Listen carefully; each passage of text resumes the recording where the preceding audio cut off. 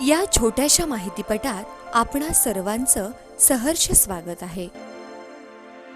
वास्तवतेचा स्वीकार करून आपण आता बदलायलाच हवं हा आग्रह आहे आणि आपण सारे मिळून ते करू शकू हा विश्वासही आहे।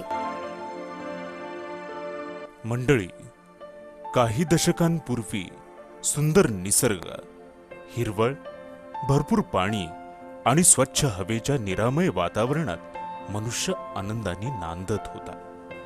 मानवाच्या वागण्यात नैसर्गिकता होती, श्रमाला प्रतिष्ठा होती, प्रत्येकाला विचार करण्याची प्रवृत्ती होती। झपाट्यानं जग बदलायला लागलं।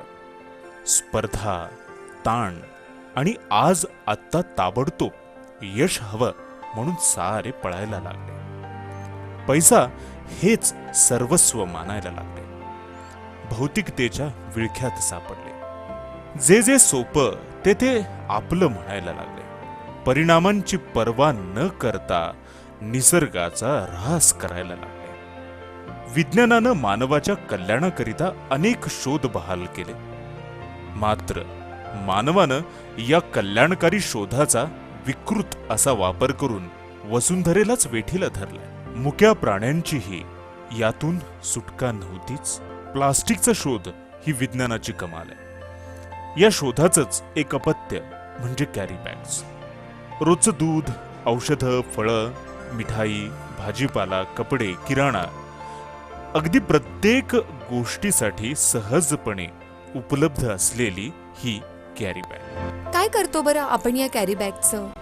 कागद, कपडे, लोखंड किंवा तत्सम वस्तूंना भंगार, रद्दी म्हणून विकल्यानंतरही पुनर्निर्मितीसाठी त्यांचा उपयोग होतो। मात्र पातळ कॅरी बॅग नष्टही होत नाहीत किंवा पुन्हा उपयोगीही पडत नाहीत। मग काय बरं होतं याचं?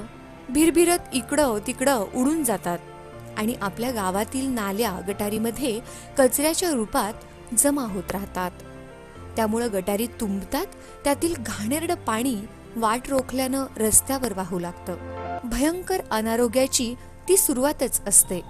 यामुळं डास, चिलटांची उत्पत्ती आणि जंतू संसर्गाची लागण सहजच होऊ लागते। साथीचे रोग फैलावणारे रोगजंतू यामुळं उत्तम पोसले जातात। किरकोळ दिसणाऱ्या या बॅगांमुळं भयानक दुष्परिणाम होतात, परंतु आपण मात्र कळूनही न कळाल्याप्रमाणे घाण पाण्याला वळसा घालून डोळ्यांना झापडे लावून आपल्या मार्गी जात राहतो। 26 जुलै 2005 रोजी मुंबईमध्ये याच कॅरीबॅगच्या प्रतापानं जलप्रकोप होऊन कोट्यावधीचं नुकसान झालेलं स्मरण असतानाही आम्ही जागे होत नाही। ठिकठिकाणच्या ओढ्या नाल्यातून या कॅरीबॅगांचा प्रवास होत होत त्या मोठ्या नद्यांपर्यंत पोहोचतात आणि तेथून समुद्रातही। तेथील मासे, बेडूक, कासव आणि असंख्य जलचर या प्राण्यांना ते खाद्यपदार्थ वाटतात। ती खातात आणि अर्थातच कोट्यावधी जलचरांच्या मृत्यूस या कॅरी बॅग कारणीभूत ठरतात। काही कॅरी बॅग्स शहराच्या कचरा कुंडीत टाकल्या जातात, तिथून त्या कचरा डेपोत जातात। सर्वसामान्यपणे घरातील गृहिणी स्वयंपाकघरातील उरलं सुरलं अन्न, भाज्यांच्या साली, देठ, फळांची टरफलं आदी कचरा कॅरी बॅग्समध्ये घालून रस्त्याच्या कडेला किंवा सार्वजनिक कचरा कुंडीत टाकतात, ज्या सहजासहजी नीट बांधलेल्या नसतातच। घंटागाडी किंवा सफाई कामगार पोहोचण्याच्या आधीच तिथं रस्त्यावर मोकाट फिरणारी जनावरं पोहोचतात, ज्यामध्ये गायींची संख्या ही लक्षणीय आहे। अन्नधान्यांच्या लोभानं अन्नपदार्थ भरलेल्या कॅरीबॅगांनाच तोंडात घालतात आणि इथूनच मुक्या जनावरांच्या अनारोग्याला सुरुवात होते। कॅरीबॅगेत अन्न बांधून फेकण्याच्या आपल्या छोट्याशा कृतीचे परिणाम किती गंभीर होऊ शकतात हे आपल्याला कळतच नाही, कारण आपण मागे वळून कधी बघतच नाही। परंतु दुर्दैवानं जनावरांवर होणाऱ्या भयंकर दुष्परिणामांची तीच सुरुवात असते। आधीच निसर्गाचा समतोल ढळल्यामुळं हिरव्या चाऱ्याची कमतरता, दुष्काळामुळं पाणी आणि खाद्याची वाणवा यामुळे जनावरांचं कुपोषण झालेलंच असतं। त्यांच्या शरीरात आवश्यक ती खनिज, जीवनसत्व, मीठ आणि इतर पोषक तत्वांची कमतरता असते। त्यामध्ये अशा प्रकारच्या कॅरी बॅगच्या सेवनानं होणारी हानी ही अपरिमित असते. या कॅरी बॅग्स जनावरांच्या पोटात जातात. रवंथाच्या वेळी त्या पुन्हा तोंडात येत नाहीत किंवा शेणावाटे त्या बाहेरही पडत नाहीत. दिवसेंदिवस पोटातच साठत राहतात. त्यामुळे पचन प्रक्रियेत अडथळा निर्माण होण्यास सुरुवात होते. परिणामी अशी जनावरं अशक्त होऊ लागतात. भूक मंदावते. वारंवार पोटफुगी, दुधाच्या उत्पादनात आणि गुणवत्तेत घट, जनावराला उठताना आणि बसताना त्रास होतो. त्यांच्या हालचाली मंदावतात. ताप येतो. जननेंद्रियावर परिणाम होऊन जनावरं वांझोटी होणं किंवा हळूहळू अटळ अशा मृत्यूपंथास लागणं हा वेदनादायक प्रवास कॅरी बॅगांच्या सेवनानेच सुरू होतो. मुक्या गायींना झालेला त्रास सांगताही येत नाही आणि सहनही होत नाही. विशेष म्हणजे जनावरांना असे त्रास होत असतानाही केवळ 1% पशुपालकच जनावरांना वेळेत तज्ज्ञ पशुवैद्याकडे उपचारासाठी नेतात किंवा आवश्यक त्या शस्त्रक्रियाही करून घेतात. अनेक जण अशी जनावरं विकतात. अर्थात मालकाने जबाबदारी झटकली की जनावरांचा मृत्यू हा ठरलेलाच असतो. मात्र या शस्त्रक्रियांच्या दरम्यान आलेले अनुभव अत्यंत धक्कादायक असे. या जनावरांच्या पोटातून 40 किलोग्रॅम पेक्षाही जास्त वजनाच्या कॅरी बॅग्स, रबरी चपला, खिळे, दगड आदी अखाद्य अशा वस्तू काढाव्या लागल्या. शस्त्रक्रिया करताना डॉक्टरांची दमछाक तर झालीच, पण पोटातील हा लगदा बाहेर पडताना पाहून पाहणाऱ्यांच्या अंगावरही काटा आला. हे सारं धूळ वाहताना त्या मुक्या जनावरांचे काय हाल झाले असतील ही कल्पना सुद्धा मनाला क्लेश देऊन जाते. मंडळी, जर असा विचार करूया, 40 किलोग्रॅमची घाण पोटात घेऊन फिरणाऱ्या या मुक्या जनावरांच्या बाबतीत काय काय घडत असेल. यांचा वाली कोण? सजीवांच्या बाबतीत आपण इतके कोरडे कसे राहू शकतो?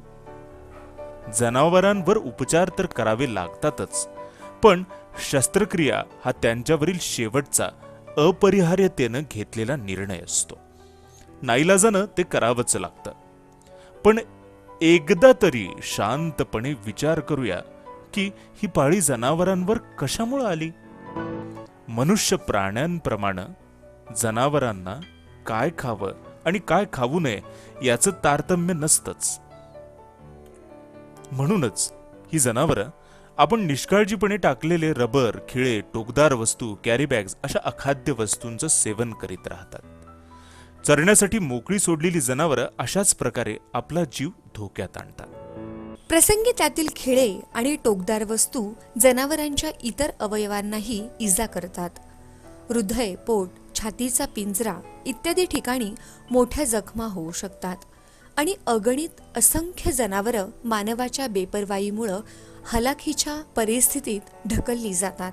एकीकडे कृषीप्रधान देश असल्याचा गौरव मानायचा, गायींना 33 कोटी देवांचं निवासस्थान मानून त्यांच्या पूजा करायच्या, त्यांचे सणवार साजरे करायचे आणि दुसरीकडे आपल्याच कृतीनं या पशुधनाची दैनाही आपणच करायची. पूर्णान्न म्हणून दुधाचा आपण स्वीकार करतो. ते दूधही निकस होत आहे. शेती, अन्नधान्य या सर्वांचा विचार करताना आपलाही जीवन स्तर कसा सकस राहणार आहे याची चिंता आज आपण नक्कीच करणार आहोत. अन्यथा भविष्यकाल आपल्यालाही क्षमा करणार नाही हे नक्की. आपण निसर्ग, धरती, मुक्या प्राण्यांना वेठीस धरून आज मनमानी करतोय. उद्याचं काय? पटतंय ना मंडळी? शेतांमध्ये ऊस, कापूस आदी कॅश क्रॉप अधिक प्रमाणात घेतल्यामुळं जनावरांना चारा कमी पडतोय. म्हणून आफ्रिकन टॉल मका, कडवळ, लसूण, यशवंत घास यासारखी चारा पिके जाणीवपूर्वक घेऊया. आपण पशुपालन व्यवसाय शास्त्रोक्त पद्धतीनं करूया. जनावरांचं संगोपन करीत असताना त्यांच्या शरीर पोषणासाठी दररोज पुरेसा चारा, संतुलित पशुखाद्य, 30 ते 50 ग्रॅम खनिज मिश्रण, 15 ते 30 ग्रॅम मिठाचा वापर अवश्य करूया. पोटातील जंत आणि शरीरावरील गोचिडांमुळे होणारे कुपोषण टाळण्यासाठी ठराविक कालमर्यादेनं गोठ्यात आणि जनावरांच्या अंगावर योग्य त्या औषधांचा वापर करूया. गायींना माता आणि देवाचा दर्जा देताना त्यांच्या मूलभूत नैसर्गिक जगण्यासाठी अनुकूलता देऊया. आपण आपल्या मनाशी मनःपूर्वक वचन देऊया. कॅरीबॅग टाळूया. गोमाता आणि धरणी मातेला वाचूया. आणि हो, हे सारं आपणच करू शकतो यावर विश्वास ठेवूया. कारण केल्यानं होत आहे रे, आधी केलेची पाहिजे हेच सत्य आहे. जागो तपसे सवेरा. मग करूया ना शुभ संकल्पाची पूर्तता. निश्चित करूया. आम्हालाही तुमच्यावर विश्वास आहे.